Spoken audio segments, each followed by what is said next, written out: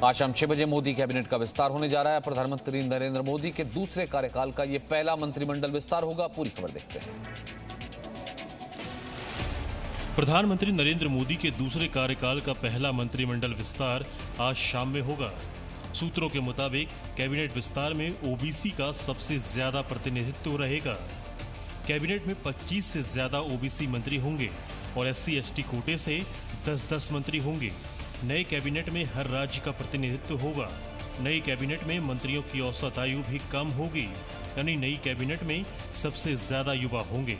महिलाओं की भागीदारी सबसे ज्यादा होगी और नई कैबिनेट में पूर्व सीएम और पूर्व मंत्रियों को भी जगह मिलेगी। ज्योतिरादित्य सिंधिया नई कैबिनेट में शामिल होने के लिए कल शाम को ही दिल्ली पहुंचे। उनके अलावा महाराष्ट्र से नारायण राणे और असम से पूर्व सीएम सर्बानंद सोनोवाल कैबिनेट में शामिल होने के लिए दिल्ली पहुंच गए। खबर है कि इन चेहरों के अलावा यूपी से अपना दल की अनुप्रिया पटेल, यूपी से बीजेपी सांसद रीता बहुगुणा जोशी, दिल्ली से बीजेपी सांसद परवेश वर्मा, महाराष्ट्र से बीजेपी सांसद हिना गावित भी केंद्रीय मंत्री बनाई जा सकती हैं। वहीं बिहार से एलजेपी कोटे से पशुपति पारस को मंत्री बनाए जाने की पूरी उम्मीद है, लेकिन चिराग पासवान ने कहा कि अगर उन्हें एलजेपी कोटे से मंत्री पद दिया गया तो वो कोर्ट जाएंगे। बिहार में एलजेपी के कोटे से चिराग पासवान के चाचा पशुपति पारस को प्रधानमंत्री नरेंद्र मोदी की नई कैबिनेट में मंत्री बनाया जा सकता है। चिराग पासवान ने उनके मंत्री पद दिए जाने पर कोर्ट जाने की बात की है। अगर मेरी पार्टी का सांसद कहकर अगर उनको बनाया जाएगा तो मुझे आपत्ति होगी। उसके लिए भले मुझे न्यायालय भी जाना पड़े तो मैं न्यायालय भी जाऊंगा, क्योंकि ये मेरी पार्टी के ये सांसद नहीं है। पशुपति पारस समेत बिहार से कुल 4 नेता केंद्रीय मंत्री बनाए जा सकते हैं। सूत्रों के मुताबिक जेडीयू ने अपनी पार्टी से 5 नेताओं को केंद्रीय मंत्री बनाए जाने की मांग की थी, लेकिन खबर है कि केंद्र से जेडीयू को सिर्फ 2 पद का ही ऑफर दिया गया है। जो कुछ भी अधिकृत वही है, बातचीत करके जो कुछ भी होना है उसी के हिसाब से होगा, इसमें कोई खास बात नहीं। सूत्रों के मुताबिक मोदी सरकार शिवसेना के लिए भी केंद्र में सीट खाली रख सकती है। हालांकि महाराष्ट्र के मुख्यमंत्री उद्धव ठाकरे ने बीजेपी के साथ भविष्य में गठबंधन के सवाल पर गोलमोल जवाब दिया। कैबिनेट विस्तार से ठीक पहले एक साथ 8 राज्यपालों की नियुक्ति की गई है। इसके बाद मोदी कैबिनेट में कई मंत्रियों के लिए जगह खाली भी हुई है। 1 मिनट में पूरी खबर। केंद्रीय मंत्रिमंडल के विस्तार से ठीक पहले राष्ट्रपति रामनाथ कोविंद ने एक साथ 8 राज्यपालों की नियुक्ति की है। 4 राज्यपालों का तबादला किया गया है, जबकि 4 नए राज्यपाल बनाए गए हैं। केंद्रीय मंत्री थावरचंद गहलोत को कर्नाटक का राज्यपाल बनाया गया है। मंगू भाई छगन भाई पटेल मध्य प्रदेश के राज्यपाल होंगे। त्रिपुरा के राज्यपाल रमेश बैस को अब झारखंड का राज्यपाल बनाया गया है। हिमाचल प्रदेश के राज्यपाल बंडारू दत्तात्रेय को अब हरियाणा की जिम्मेदारी दी गई है। राजेंद्र विश्वनाथ आर्लेकर हिमाचल प्रदेश के नए राज्यपाल होंगे। हरियाणा के राज्यपाल सत्यदेव नारायण आर्य को अब त्रिपुरा की जिम्मेदारी सौंपी गई है। पीएएस श्रीधरन पिल्लई मिजोरम के राज्यपाल थे, उन्हें अब गोवा का राज्यपाल बनाया गया है। वहीं हरिबाबू कंभपति मिजोरम के नए राज्यपाल होंगे।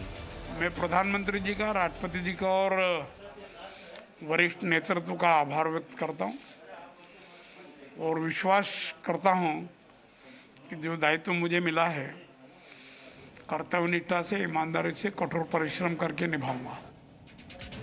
कैबिनेट विस्तार से ठीक पहले पीएम मोदी ने अलग से सहकारिता मंत्रालय बनाया है। आज होने वाले केंद्रीय मंत्रिमंडल में फेरबदल से पहले सहकारिता मंत्री के भी मिलने की उम्मीद है। आज होने वाले कैबिनेट विस्तार से पहले प्रधानमंत्री नरेंद्र मोदी ने एक नया मंत्रालय बनाया है। सहकारिता मंत्रालय के नाम से बने इस मंत्रालय के जरिए मोदी सरकार अपने सहकार से समृद्धि के विजन को साकार करेगी। कैबिनेट विस्तार से ठीक पहले सहकारिता मंत्रालय के गठन से साफ है कि आज होने वाले केंद्रीय मंत्रिमंडल में फेरबदल के साथ भारत के पहले सहकारिता मंत्री के तौर पर भी किसी को शपथ दिलाई जाएगी। नए मंत्रालय के गठन पर गृह मंत्री अमित शाह ने ट्वीट कर कहा, मोदी सरकार ने सहकार से समृद्धि के सपने को साकार करने हेतु एक अलग सहकारिता मंत्रालय बनाने का निर्णय लिया है। इस अभूतपूर्व निर्णय पर पीएम नरेंद्र मोदी जी का हृदय से आभार व्यक्त करता हूं। मोदी जी के इस दूरदर्शी निर्णय से कृषि व ग्रामीण क्षेत्र में समृद्धि का एक नया सवेरा आएगा। वहीं सहकारिता मंत्रालय के गठन पर रक्षा मंत्री राजनाथ सिंह ने ट्वीट कर कहा, प्रधानमंत्री श्री नरेंद्र मोदी ने आज एक ऐतिहासिक निर्णय करते हुए एक अलग सहकारिता मंत्रालय बना दिया है। सहकारिता मंत्रालय का गठन कृषि क्षेत्र में विकास को बल देने के साथ साथ कृषक कल्याण की दृष्टि से भी बहुत कारगर सिद्ध होगा। कैप्टन अमरिंदर सिंह ने कल दिल्ली में सोनिया गांधी से मुलाकात की। इसके बाद पंजाब कांग्रेस संकट पर जल्द समाधान आने की उम्मीद है। पंजाब कांग्रेस में कलह के बीच मुख्यमंत्री अमरिंदर सिंह ने मंगलवार को दिल्ली में पार्टी अध्यक्ष सोनिया गांधी से मुलाकात की। 2 घंटे की बैठक के बाद अमरिंदर ने कहा कि पंजाब में पार्टी और सरकार को लेकर सोनिया गांधी जो फैसला करेंगी वो उसे मानेंगे। अपने कांग्रेस प्रेसिडेंट को मिलना है, जो फैसला विल बी अनाउंस्ड बाय हर, वो फैसला बिल्कुल असी सिरे चढ़ावांगे। हालांकि अमरिंदर ने नहीं बताया कि बातचीत के बड़े मुद्दे क्या थे। नवजोत सिद्धू की नाराजगी पर अमरिंदर ने बोलने से मना कर दिया। I do not know anything about Sidhu साहब। मैं तो हमारी सरकार का काम है और वो मैं आके प्रेसिडेंट से डिस्कस किया है। इससे पहले नवजोत सिंह सिद्धू ने 30 जून को दिल्ली में राहुल गांधी और प्रियंका गांधी वाड्रा से मुलाकात की थी। बताया जा रहा है कि नवजोत सिंह सिद्धू के पक्ष में प्रियंका गांधी बैटिंग कर रही हैं। यही कारण है कि मंगलवार को अमरिंदर सिंह के पहले वो सोनिया गांधी के आवास पर पहुंची। पश्चिम बंगाल विधानसभा ने राज्य में विधान परिषद के निर्माण को लेकर प्रस्ताव तो पारित कर दिया, लेकिन अब इसे लोकसभा और राज्यसभा से भी पारित कराना बड़ी चुनौती होगी। 1 मिनट में पूरी खबर। पश्चिम बंगाल विधानसभा ने संविधान की धारा 169 के तहत राज्य में विधान परिषद के निर्माण को लेकर प्रस्ताव मंगलवार को भारी मतों से पारित कर दिया। प्रस्ताव के पक्ष में 196 मत पड़े, जबकि इसके विरोध में 69 वोट डाले गए। अब इसे अमल में लाने के लिए लोकसभा और राज्यसभा से भी पारित कराना होगा। पश्चिम बंगाल की मुख्यमंत्री ममता बनर्जी ने विधानसभा चुनाव के दौरान राज्य में विधान परिषद का गठन करने की बात कही थी। बात यह है कि विधान परिषद का जरूरत है, उसमें से अच्छा लोग आएगा, अच्छा आदमी आएगा, हम लोग का अच्छा एडवाइजर मिलेगा, इकोनॉमिक्स मिलेगा, फाइनेंशियल जो रेवेन्यू कैसे आए ये सब होगा।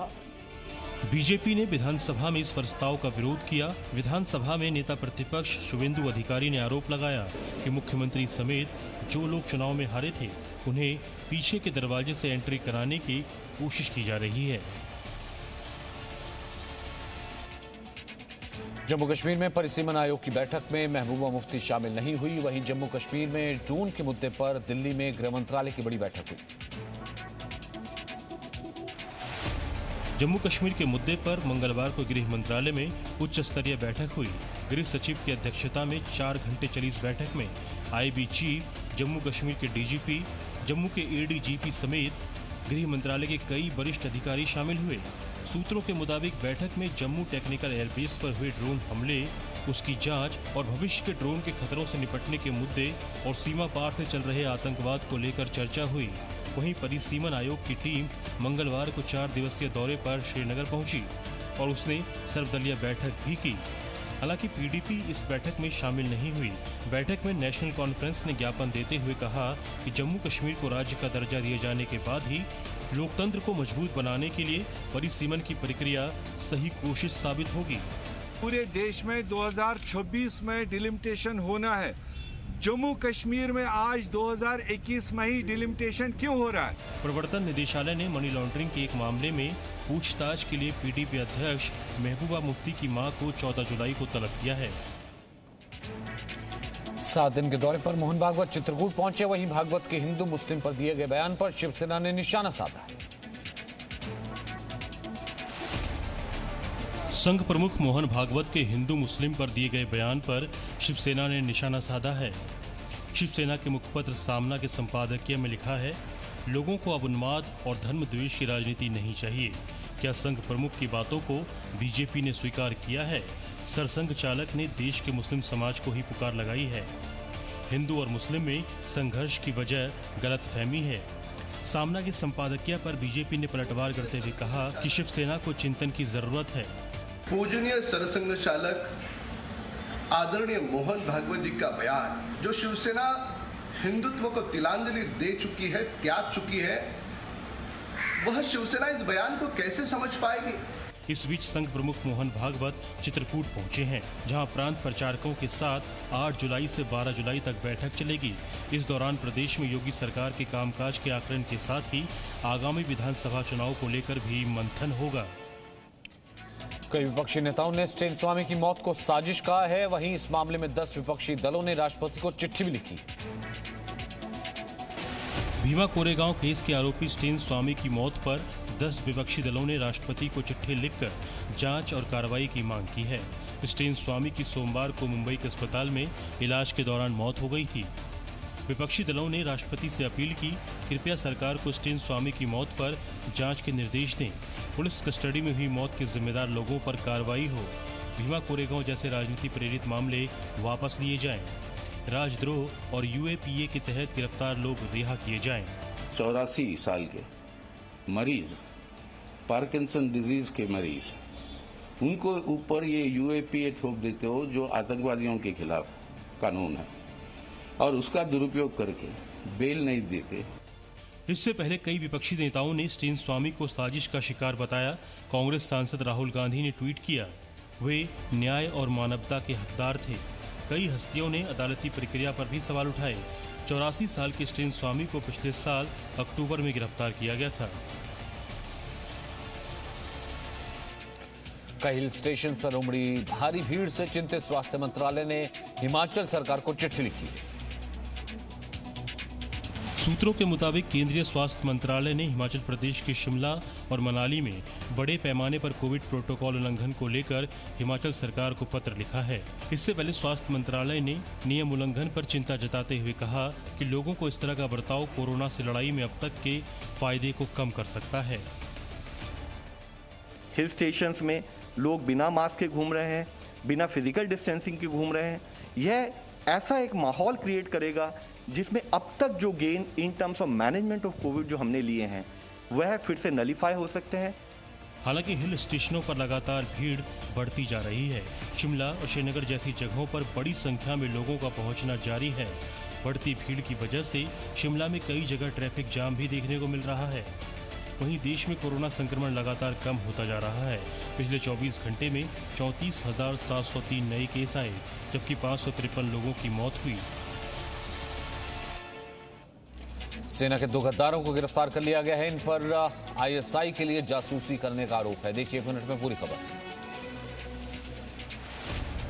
पंजाब पुलिस ने सेना के 2 जवानों को गिरफ्तार किया है। दोनों जवानों पर पाकिस्तान की खुफिया एजेंसी आईएसआई के लिए जासूसी करने का आरोप है। जवानों के पास सेना से जुड़े अहम दस्तावेज भी बरामद हुए हैं। गिरफ्तार किया गया 23 साल का सिपाही हरप्रीत सिंह अमृतसर के चीचा गांव का रहने वाला है और जम्मू कश्मीर के अनंतनाग में तैनात था। वह 2017 में सेना में शामिल हुआ और 19 राष्ट्रीय राइफल से जुड़ा हुआ है। वहीं 23 साल का ही दूसरा सिपाही गुरबेज सिंह तरन तारण के पुनियान गांव का रहने वाला है और 18 सिख लाइट इन्फेंट्री से ताल्लुक रखता है और कारगिल में एक सैन्य प्रतिष्ठान में क्लर्क के रूप में कार्यरत था। गिरफ्तार दोनों सिपाहियों ने देश की सुरक्षा के साथ बड़ा खिलवाड़ किया है। पुलिस की माने तो उन्होंने आईएसआई के साथ 900 गोपनीय दस्तावेज साझा किए। इन्होंने पिछले 4 महीनों में फरवरी 2021 से लेकर मई 2021 तक ओवर 900 क्लासिफाइड डॉक्यूमेंट्स जो हैं ये defence related, national security related, ये पाकिस्तान इंटेलिजेंस ऑफिसर्स को इन्होंने मुहैया करवाया। विशाखापट्टनम के पास एक निर्माणाधीन फ्लाईओवर का एक हिस्सा गिर गया और 2 लोगों की मौत हो गई।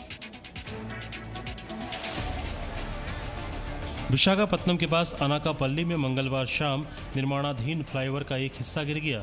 इस हादसे में 2 लोगों की मौत हो गई। आप देख सकते हैं कि किस तरह फ्लाईओवर के कंक्रीट के 2 बड़े बीम गिर गए हैं और उनकी चपेट में एक तेल टैंकर और एक कार कैसे कुचले हुए हैं। घटनास्थल पर कम भीड़ होने के कारण इतनी बड़ी घटना में मौतों की संख्या कम रही।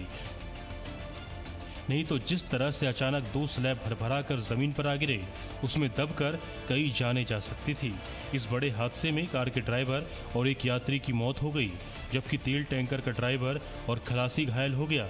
आप देख सकते हैं कि टैंकर के बड़े हिस्से पर स्लैब गिरा हुआ है, लेकिन टैंकर का कैबिन बच जाने से ड्राइवर और खलासी की जान बच गई। दुर्घटना किस वजह से हुई ये अभी स्पष्ट नहीं हो सका है। फिलहाल मलबे को हटाने का काम जारी है। देश की राजधानी दिल्ली में बेखौफ बदमाशों ने एक मां और बेटी की हत्या कर दी। डबल मर्डर के इस वारदात में दिल्ली के पालम में सनसनी। दिल्ली के पालम में मंगलवार शाम डबल मर्डर की घटना से सनसनी फैल गई। एयरफोर्स में अकाउंटेंट के पद पर कार्यरत कृष्ण सुधीर के पालम के राजनगर में स्थित घर में उनकी पत्नी बबीता और बेटे गौरव की हत्या कर दी गई। एयरफोर्स में अकाउंटेंट के पद पर तैनात सुधीर के बेटे और उनकी पत्नी की हत्या कर दी गई है। मैं मौके पर मौजूद हूँ। ये जो देख पा रहे हैं ये पालम के में राजनगर का इलाका है, जो कि ये मकान है RZB/161। कृष्ण सुधीर जब शाम को दफ्तर से घर आए तो कमरे में दोनों के खून से लथपथ शव मिले।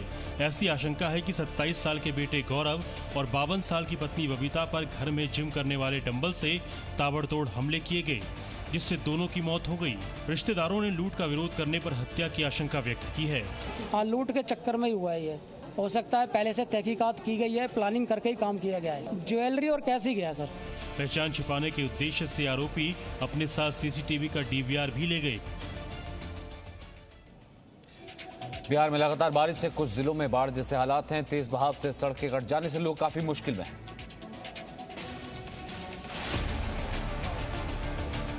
बिहार के कई जिलों में बाढ़ के हालात हैं, जिनमें पश्चिमी चंपारण, सारण, गोपालगंज, सीतामढ़ी सबसे ज्यादा प्रभावित है।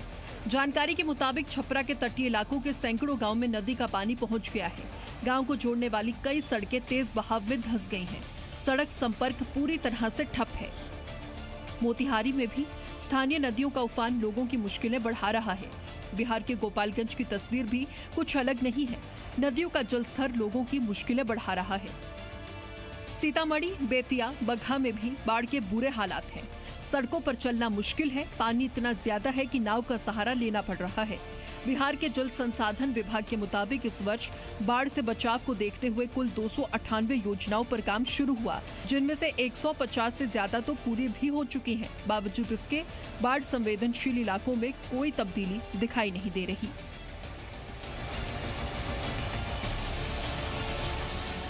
बिहार में बूढ़ी गंडक और बागमती नदी में नेपाल से अधिक पानी आने के चलते मुजफ्फरपुर में कई इलाकों में लोग बेहाल हैं।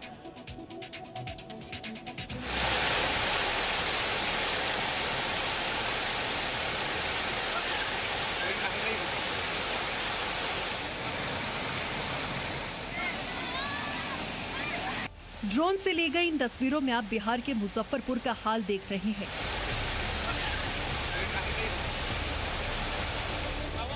तटीय इलाके में बने हुए घर मकान अब किसी टापू में तब्दील हो गए हैं और नदी का पानी आसपास के पूरे इलाकों में पहुंच गया है।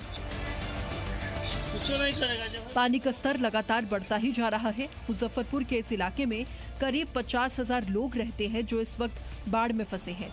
ये कच्चे घर कहां तक पानी में डूबे हैं, इससे जलस्तर का अंदाजा लगाया जा सकता है। इनके चारों तरफ पानी है, घर पानी से घिरे हुए हैं, इनके ढहने का खतरा बढ़ गया है। बिहार में रुक रुक कर हो रही बारिश की वजह से नदियां उफान पर हैं। बूढ़ी गंडक और बागमती नदी ओवरफ्लो हो रही है। Presenting B News app available on Google Play and App Store. Download it now.